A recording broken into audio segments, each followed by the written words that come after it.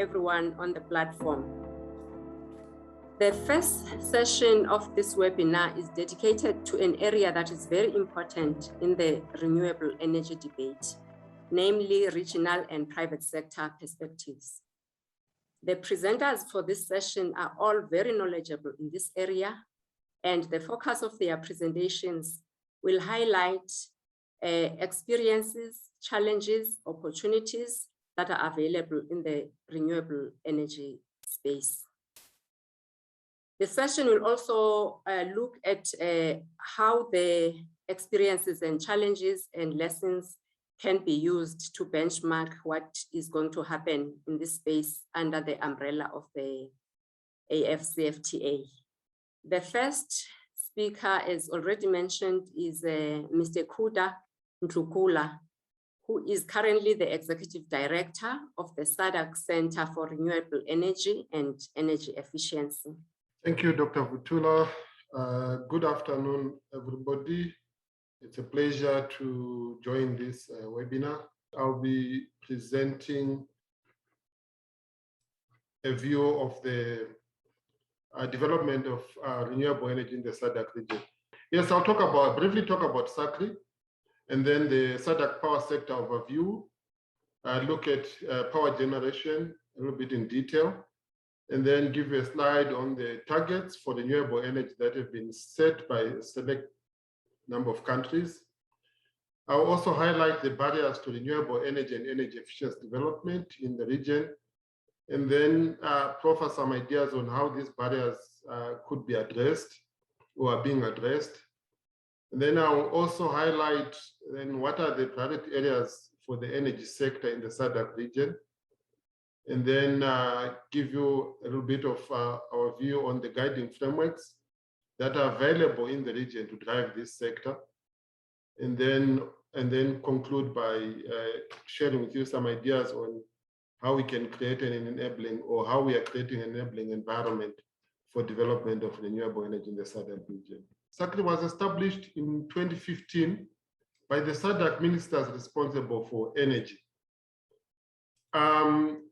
It was given a mandate to promote increased access to modern energy services, improved energy security across the SADC region through the promotion of market-based adoption of renewable energy, energy efficient technologies and services.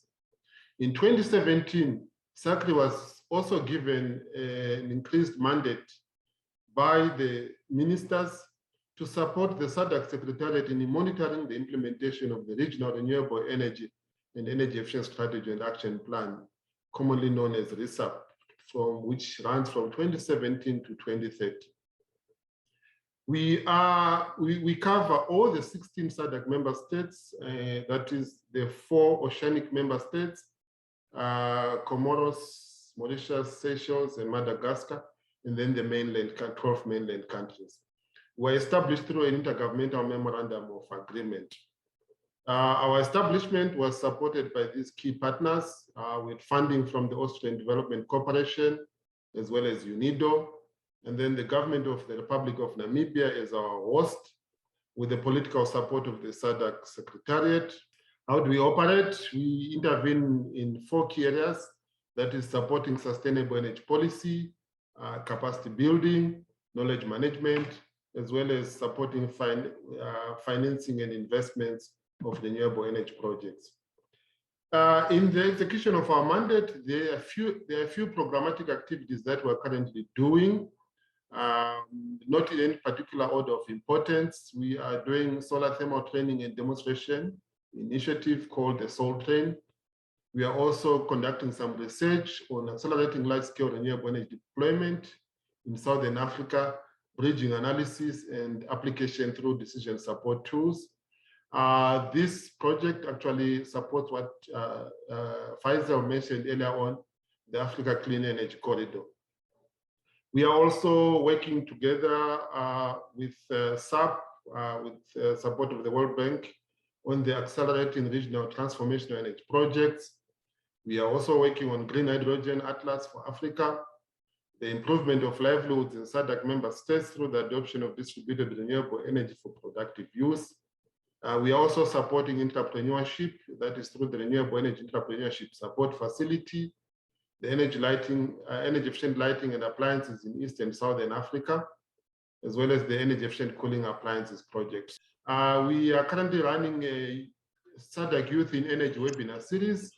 So we invite you all to join this and contribute your views in supporting the youth so that they can have an active role in the renewable energy and energy efficient space.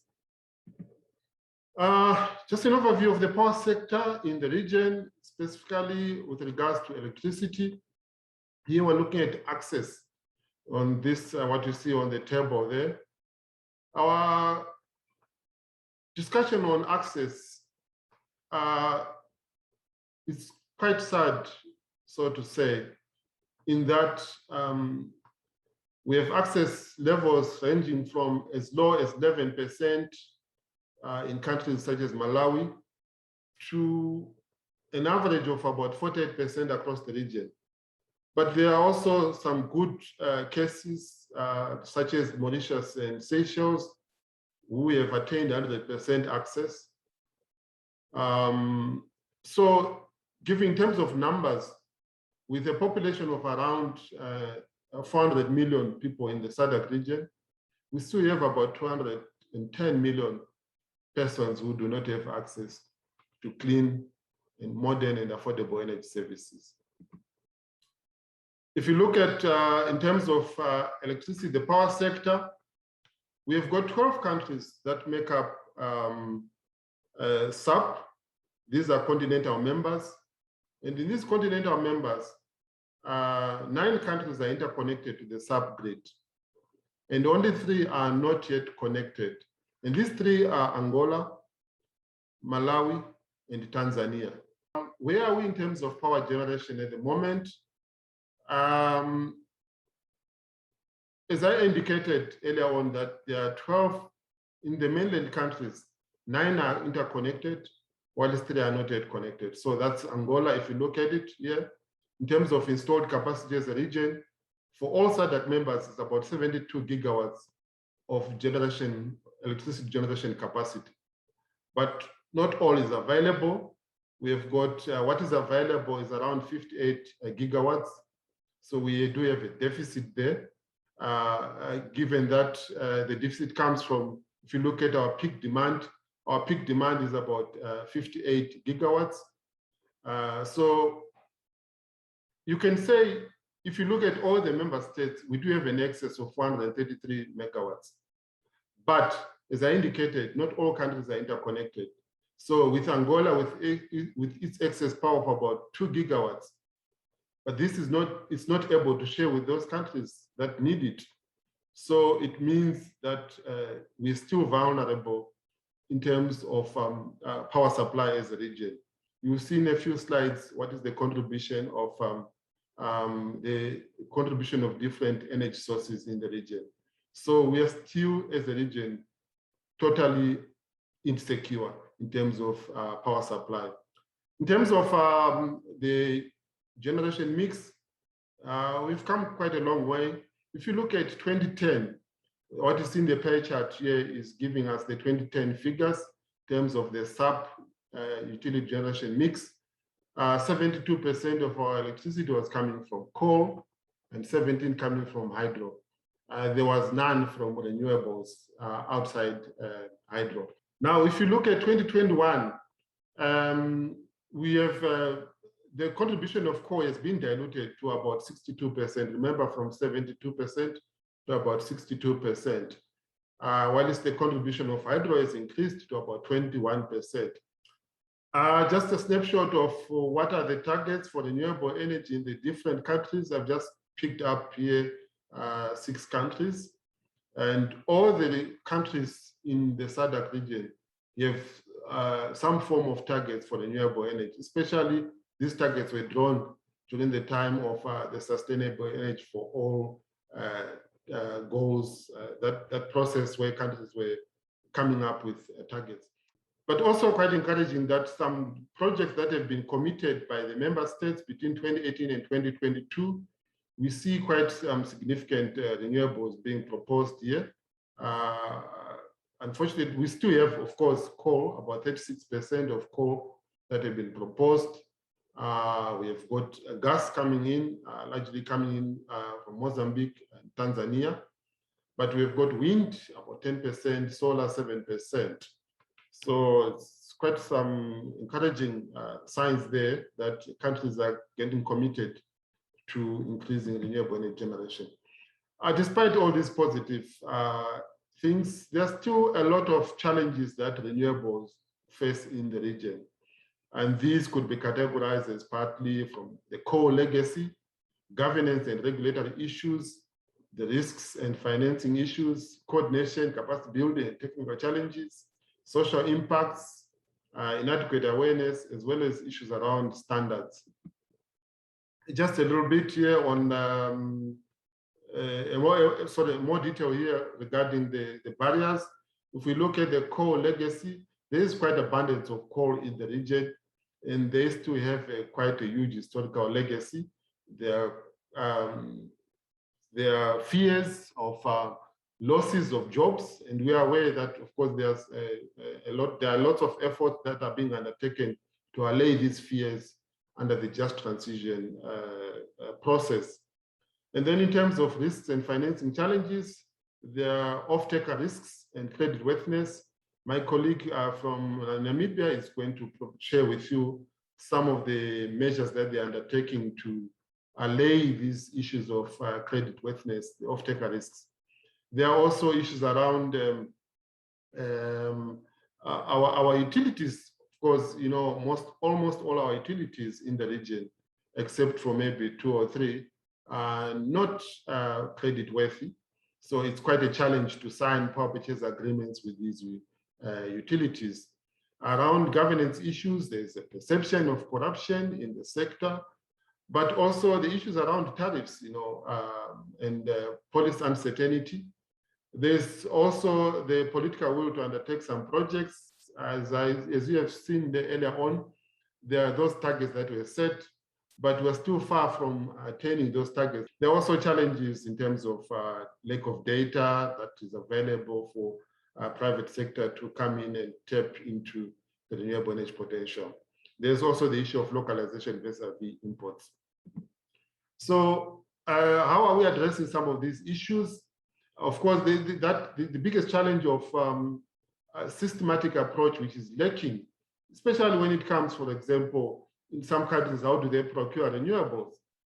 They do not have a proper policy or proper strategy of how they can engage with the private sector. Also, the issues around the measures have been put in place. For example, demand side management measures have been put in place, but some of them are not being enforced. There are also fears or barriers associated with the availability of renewable energy.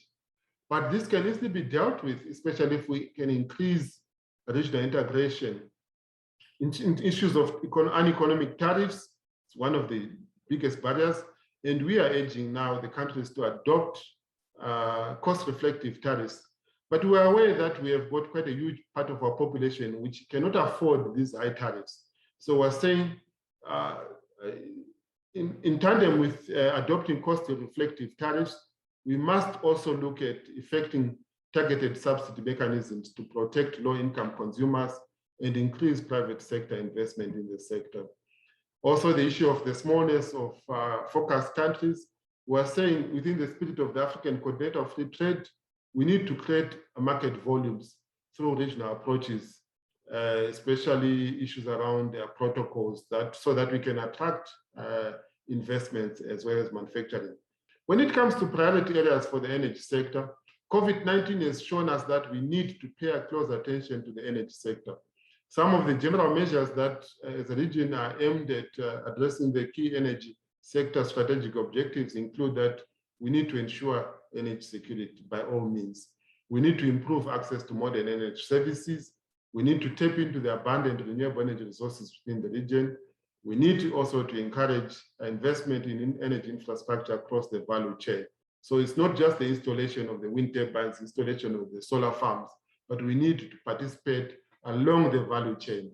Also, we need to ensure environmental sustainability of whatever we are doing. as a region, there are some guiding frameworks that are there to drive the energy sector.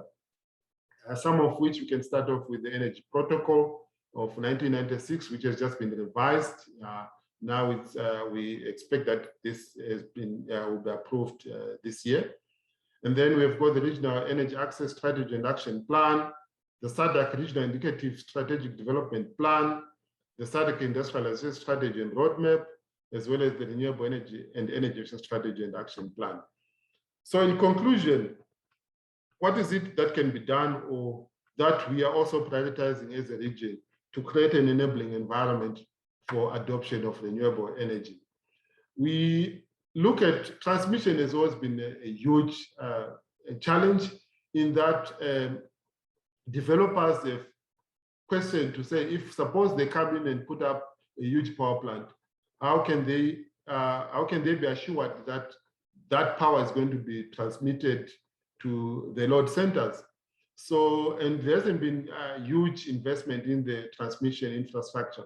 So as the SADC region, there's ongoing work to establish a regional transmission infrastructure financing facility.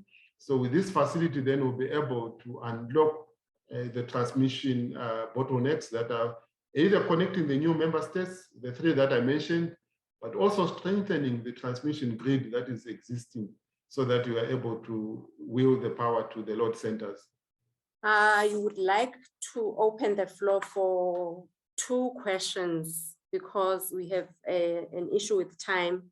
I'm told that you have to be somewhere else soon, and I know that we're also running behind time. We have also opened the chat room for questions.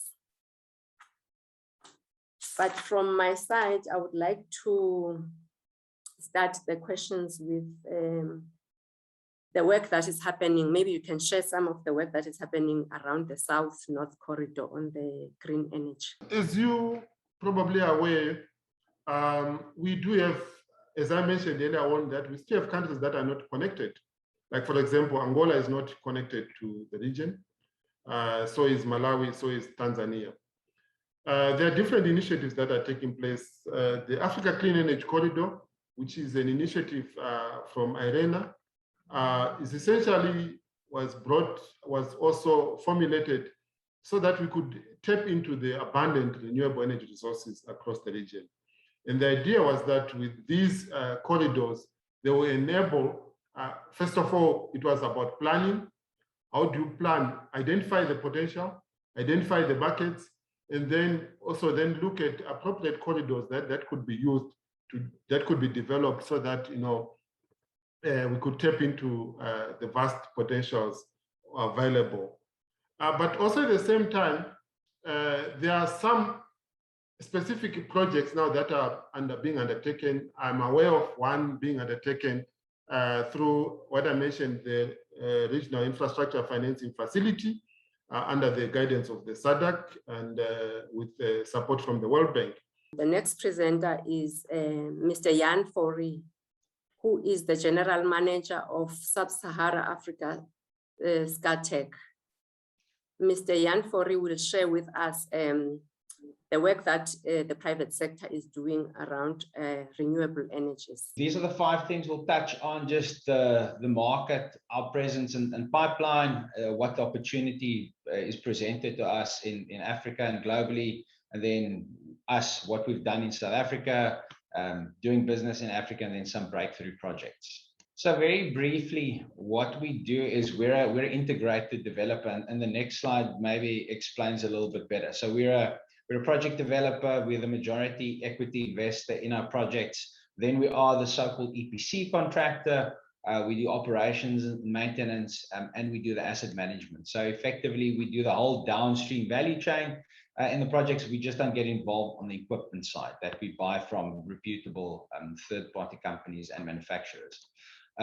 As you can see, we've got quite a diversified portfolio stretching all the way from Asia to Latin America. And our technology suite, for those of you who've known about Scatec in the past, our name used to be Scatec Solar, but I mean, we've now diversified into other technologies as well. Solar still being our largest install base at just over 2 gigawatts.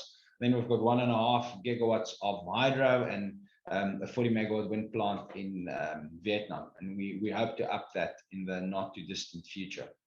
But as you can see, Africa plays a significant role still. I mean, firm renewable power. I mean, all of you know, and a lot of the fossil fuel pundits in the past have come against renewables, saying it's intermittent and all sorts of things. It's only there when the sun shines and the wind blows, which is true. But with the advent of batteries and the decrease in cost, being able to provide firm renewable power is now a reality.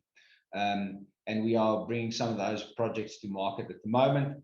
And then also there's a lot of synergies between hydro and renewables across the world, but there's also lots of applications in Africa where you can do floating solar on top of reservoirs. Now, again, the opportunity, and you would have seen this in some other presentations perhaps as well, but there's a very big drive all across the world to invest in renewables, and every man and his dog is busy pouring money into renewables. So the problem is not money. The problem is finding good projects that's properly developed, properly structured, and a government set environment, a context where projects can flourish. Given that we also want to industrialize Africa, build industrialized cities, and a lot of things, the power of electricity is obviously very important to us. So in the rest of Africa, diesel and gas is used to a large extent where the grid is very weak. And that obviously comes at a cost, both in terms of money and environmental costs. And what you'll see is that, and this is well publicized, that solar PV and wind is the cheapest forms of electricity at the moment. Next one, just a little bit about the market. So this is a view of the world, but there will be about 160 gigawatts of annual installations to come. And as you'll see from the top left, the sub-Saharan Africa is also going to get a meaningful slice in the global context. Hydro is important to us. We're a big shareholder in Bujugali in Uganda, which is quite a big hydro facility. And by 2030, almost 500 gigawatts worth of additional hydro capacity would need to be added to reach the targets that's been set. And most of this would be in Asia and in Africa. Now, in our mind, hydro is definitely a renewable resource. And it's also important for the power system, because with dams, you're able to regulate very well the power system. SACREEE has been in South Africa since 2010. And REAP was really the springboard for our global expansion and success. It allowed us to list and then branch out to all over the world, Latin America, Southeast Asia, and all sorts of places. I think what's not that well known is that we employ 250 people in South Africa, of about half is office-based and the other half is site-based. But most of these people are South African nationals as well. So we don't have any of our, even though we get along and work very well with our Norwegian colleagues, there's not a single Norwegian left in the business in South Africa. But we work with them on a daily basis. So all of that kind of knowledge exchange and upskilling has happened. Our global engineering hub is based out of Cape Town. So our team provides engineering for the projects across the world. Similar on the supply chain side, we've got one control and monitoring center globally that's based out of Cape Town. And then we've also established a SADC Solid Chair of photovoltaic engineering at the engineering faculty at the University of Stellenbosch back in 2015.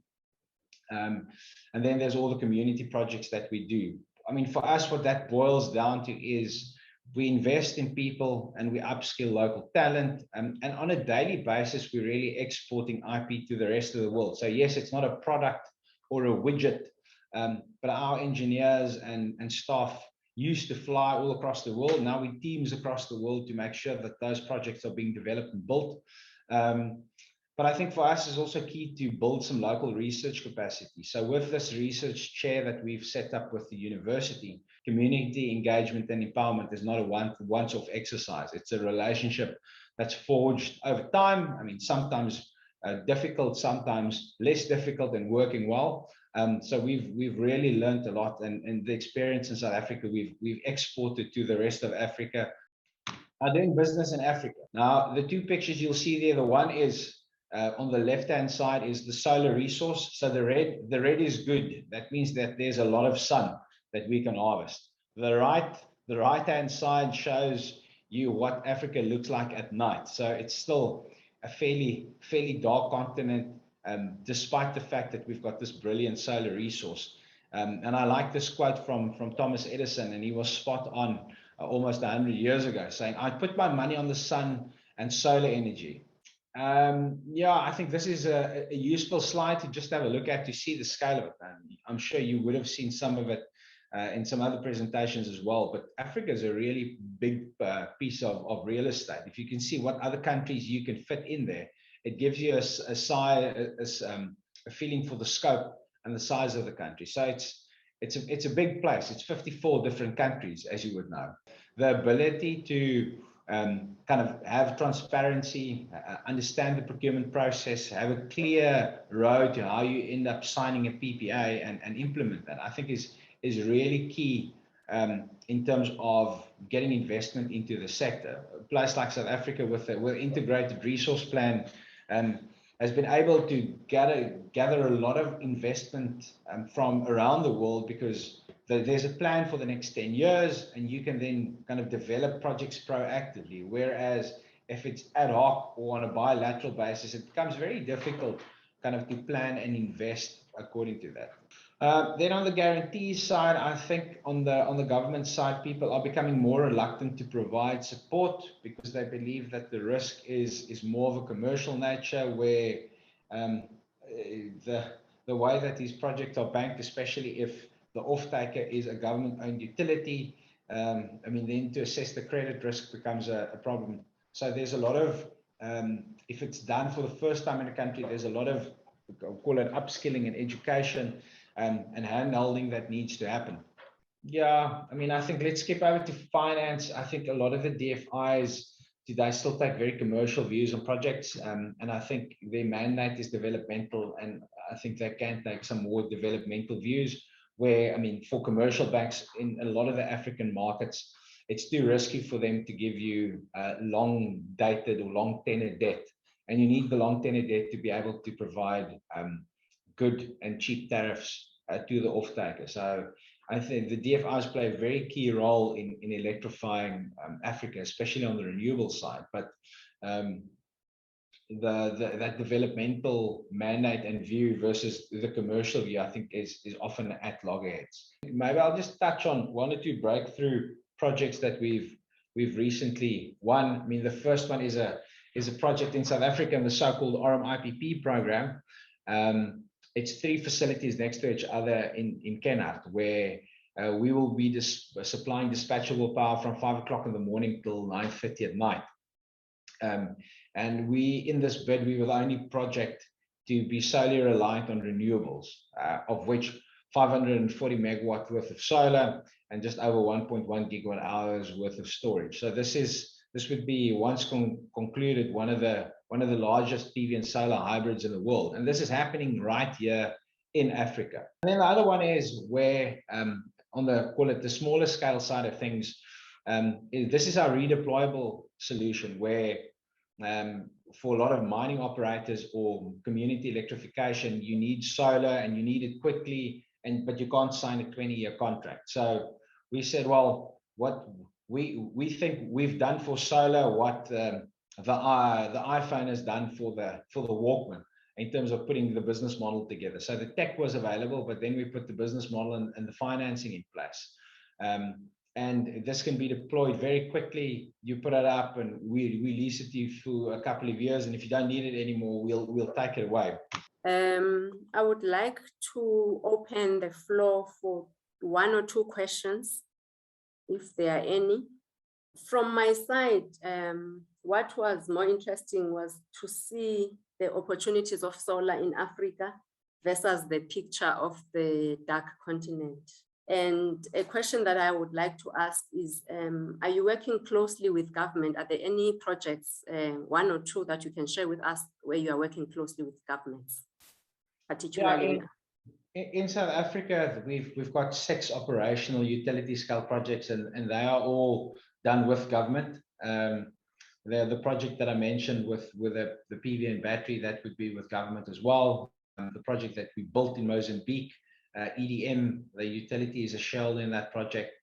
So most of the projects that we've done across Africa, we've done with the local utility, which is state-owned, given the scale of the project. I think that brings us to the end of this first session of very insightful presentations on the work that is done in the region by the private sector and regional organizations.